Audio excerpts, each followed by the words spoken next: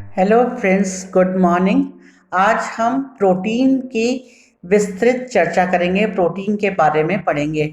मैंने आपको शुरू में बताया भी था, प्रोटीन सभी लिविंग सेल्स यानी जीवित कोशिकाओं में पाए जाते हैं। रासायनिक रूप से ये अल्फा अमीनो एसिड के उच्च बहुलक होते हैं। ये नाइट्रोजनीकृत कार्बनिक यौगिक होते हैं। प्रोटीन्स का अनुभार अधिक होता है।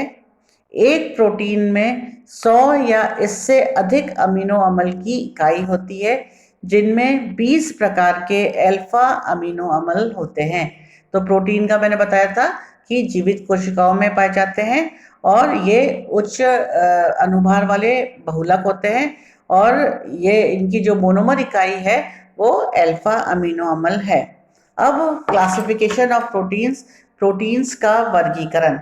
गुणों के आधार पर प्रोटीन्स को हम दो मुख्य वर्गों में बांटते हैं। पहला रेशेदार प्रोटीन, फाइब्रस प्रोटीन। ये रेशेदार, मजबूत, जल तथा अन्य विलायकों में अविलय होते हैं, लेकिन सांद्र अम्ल अथवा क्षार में ये विलय हो जाते हैं। हड्डियों को मांसपेशियों से जोड़ने वाले रेशे, बाल, नाखून, त्वचा आदि इसी वर्ग के प्रोटीन द्वारा बने होते हैं। दूसरे जो प्रोटीन होते हैं वो होते हैं गोलाकार प्रोटीन। ये प्रोटीन सटी हुई अवस्था में फोल्ड होकर गोलाकार आकृति युक्त संरचना में होते हैं। जल तथा अन्य विलायकों के साथ ये तनु अम्ल तथा क्षार में भी विलय होते हैं। समस्त एंजाइम, एंटीबायोटिक्स, हीमोग्लोबिन, एल्ब्यूमिन आदि इसी वर्ग के प्रोटीन होते हैं। दूसरा ये जो था वो गुणों और संरचना के आधार पर हमने वर्गीकृत किया था। अब संगठन के आधार पर हम प्रोटीन का वर्गीकरण करेंगे। सिंपल या सरल प्रोटीन, इनका जल अपघटन करने पर केवल अमीनो अम्ल मुक्त होते हैं। कुछ में कार्बोहाइड्रेट व फॉस्फेट समूह भी होते हैं। एग्जाम्पल एल्ब्यूमिन, ग्लोब्यूमिन एक्सेट्रा इत्यादि। दूसरा होता है कॉन्जुगेटेड प्रोटीन्स या संयुग्मित प्रोटीन। इस प्रोटीन के साथ कुछ नॉन प्रोटीन, अप्रोटीन समूह भी जुड़ा होता है, जिसे प्रोटेस्टिक समूह कहते हैं। एग्जाम्पल न्यूक्लियोप्रोटीन, ग्लाइकोप्रोटीन इत्यादि। तीसरे प्रकार के जो प्रोटीन होते हैं वो डिराइव्ड प्रोटीन होते हैं या व्युत्पन्न प्रोटीन होते हैं। इन प्रोटीन पर अम्ल, क्षार अथवा एंजाइम की क्रिया द्वारा जो अपघटित उत्पाद प्राप्त होते हैं उन्हें व्युत्पन्न या डिराइव्ड प्रोटीन कहते हैं। एग्जाम्पल पेप्टोन्स, पेप्टाइड इत्यादि। अब प्रोटीन के रंग परीक्षण। निम्न हाइड्रोजन रिएक्शन के साथ गर्म करने पर नीला रंग प्राप्त होता है। जब हम इनका बायोरेट टेस्ट करते हैं तो प्रोटीन में कॉपर सल्फेट डालकर अधिकता में NaOH विलयन डालने पर नीला बैंगनी रंग उत्पन्न होता है। ज़ैंथोप्रोटीक प्रोटेक्शन, जब हम परीक्षण करते हैं तो प्रोटीन नाइट्रिक अम्ल के साथ क्रिया करके पीला नारंगी रंग देते हैं। तो ये 3 टेस्ट थे जिसके हम प्रोटीन का कलर टेस्ट कर सकते हैं या रंग परीक्षण कर सकते हैं। अब नेक्स्ट पॉइंट है प्रोटीन की संरचना। प्राथमिक संरचना अमीनो अम्ल के नंबर व इनका अनुक्रम ज्ञात करके निर्धारित की जाती है कि कितने अमीनो अम्ल की संख्या क्या है वो, और उनका अनुक्रम क्या है, ये ज्ञात करके इनकी प्राथमिक संरचना ज्ञात की जाती है।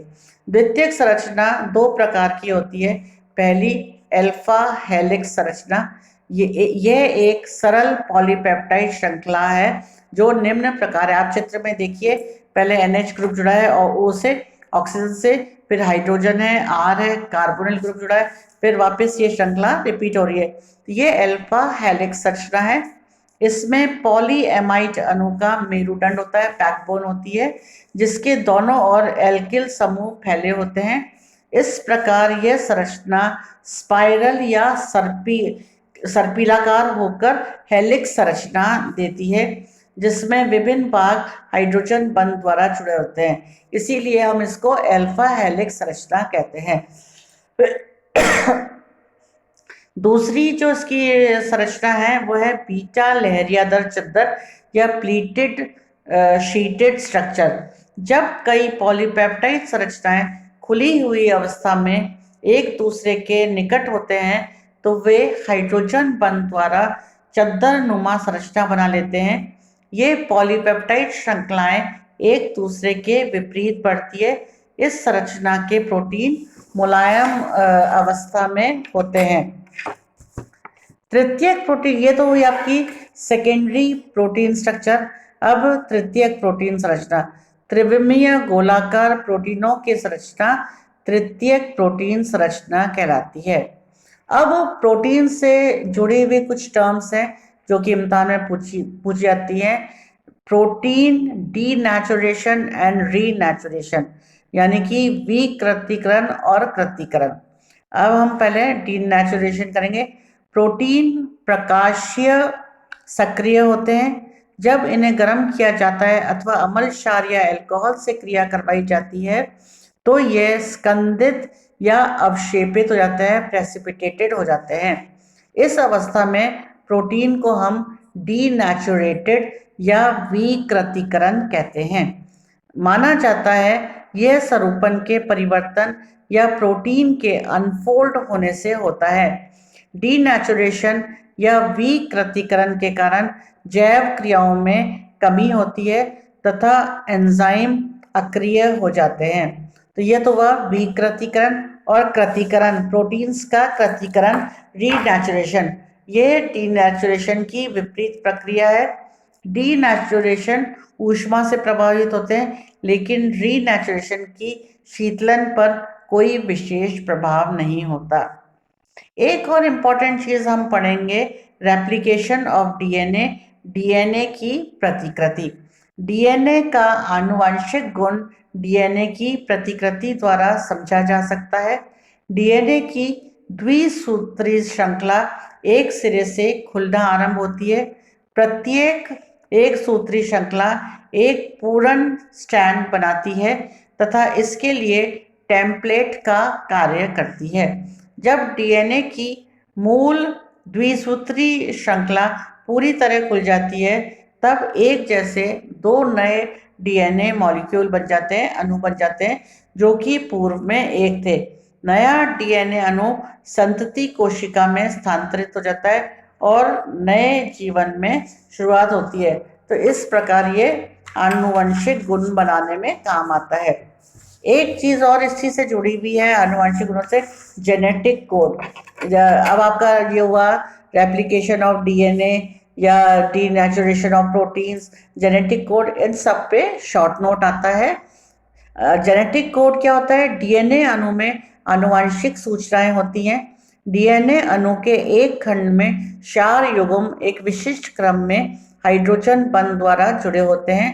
क्षार क्रमों का परस्पर संबंध डीएनए के विशिष्ट गुण का निर्धारण करता है। इसे हम आनुवंशिक कोड या जेनेटिक कोड कहते हैं। डीएनए में क्षार युग्मों के विशिष्ट क्रम को जीन कहते हैं। तो इस प्रकार हमने देखा किस प्रकार आनुवंशिक कोड होता है और किस प्रकार जीन बनते हैं। धन्यवाद।